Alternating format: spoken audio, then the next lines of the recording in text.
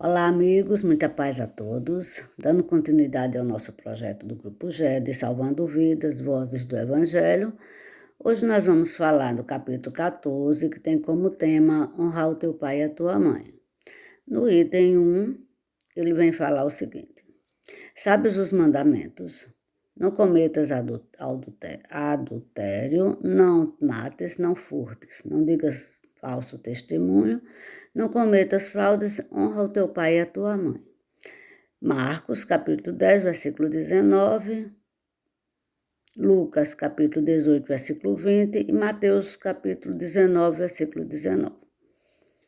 Honrarás o teu pai e a tua mãe para teres uma dilatada vida sobre a terra que o Senhor teu Deus há de te dar.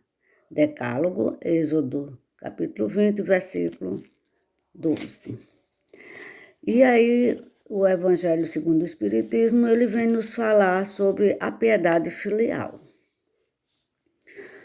O mandamento honra o teu pai e a tua mãe é uma consequência da lei geral da caridade e do amor ao próximo, porque não se pode amar o próximo sem amar os pais. Mas o imperativo honra implica um dever a mais para com eles, o da piedade filial.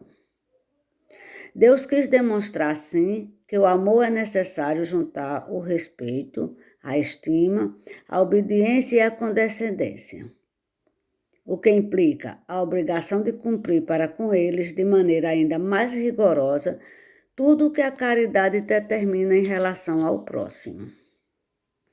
Esse dever deve se estender naturalmente às pessoas que se encontram no lugar dos pais e cujo mérito é tanto maior quanto o devotamento é para elas menos obrigatório.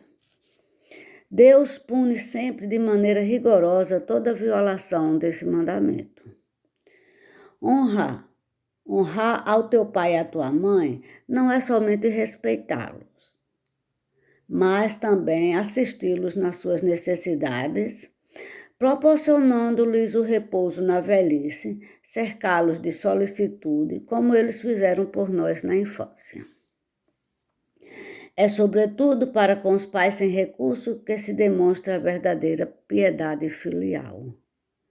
Satisfariam a seu mandamento os que julgam fazer muito aos que lhe davam o estritamente necessário para que não morram de fome? Ao lhe darem o estritamente necessário para que não morram de fome, enquanto eles mesmos nada se privam?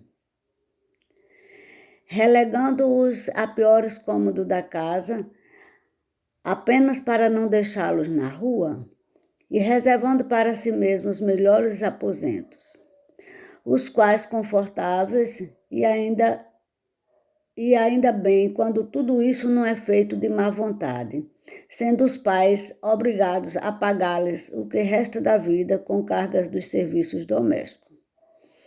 É então justo que pais velhos e fracos tenham que servir a filhos jovens e fortes? A mãe lhes teria cobrado o leite quando ainda estava no berço? Teria, por acaso, contado as noites de vigília, quando eles ficavam doentes, e os seus passos para proporcionar-lhes cuidados necessários? Não é só o estritamente necessário que os filhos devem aos pais pobres, mas também, tanto quanto puderem, as pequenas alegrias dos supérfluos, as amabilidades, os cuidados carinhosos, que são apenas os juros que receberam, o pagamento de uma dívida sagrada. Essa somente é a piedade filial aceita por Deus. Infeliz, portanto, é aquele que se esquece da sua dívida para os que o sustentaram na infância, os que com a vida material lhe deram também a vida moral e que frequentemente se impuseram duras privações para lhe assegurar o bem-estar. Ai do ingrato, porque ele será punido pela ingratidão, e o abandono será ferido nas suas mais caras afeições. Às vezes, às vezes desde a vida presente, mas de maneira certa noutra existência, em que terás de sofrer o que fez aos outros. Certos pais, é verdade, descuidam dos seus filhos, dos seus deveres, e não são para os filhos o que deveriam ser. Mas é Deus que compete puni-los. Não cabe a estes censurá-los, pois talvez eles mesmos fizeram por merecê-lo.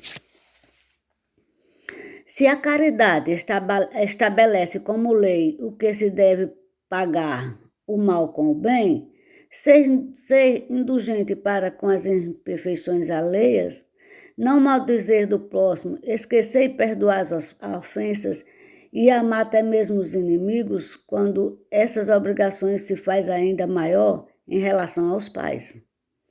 Os filhos devem, por isso mesmo, tomar regra de conduta para com os pais, os preceitos de Jesus, referente ao próximo, e lembrar que todo procedimento condenável em relação aos estranhos, mais condenável se torna para com os pais. Devem lembrar que aquilo que no primeiro caso seria apenas uma falta, pode tornar-se um crime no segundo, porque neste a falta de caridade junta-se à ingratidão. Meus amigos, esse tema é bastante instigante, né? E é extenso. Eu gostaria muito de poder ler todo, mas é bastante extenso. Mas vamos aqui, vamos ver. Deus disse: honrarás a teu pai e a tua mãe para teres uma dilatada vida sobre a terra que o Senhor teu Deus te há de dar. Mas por que promete essa recompensa à vida terrena e não à celeste? A explicação se encontra nestas palavras, que Deus vos dará. Suprimidos na forma moderna do decálogo, o que lhe desfigura o sentido. Para compreendermos essas palavras, temos de nos reportar as situações e as ideias dos hebreus, na época em que elas foram pronunciadas. Pois bem, aqui a gente vê que nosso dever, né, no caso, de acordo com o decálogo, que nós devemos honrar o pai e a mãe, né? E como o Evangelho vem nos dizer que o imperativo honrar, ele implica numa responsabilidade maior, né? Porque amar, né, é natural, digamos, né? Seria natural amar seu pai e sua mãe, mas assim, honrar é justamente o que ele vem nos dizer, que implica na questão da piedade filial, né? E que ele se junta à estima, ao respeito, né? À obediência.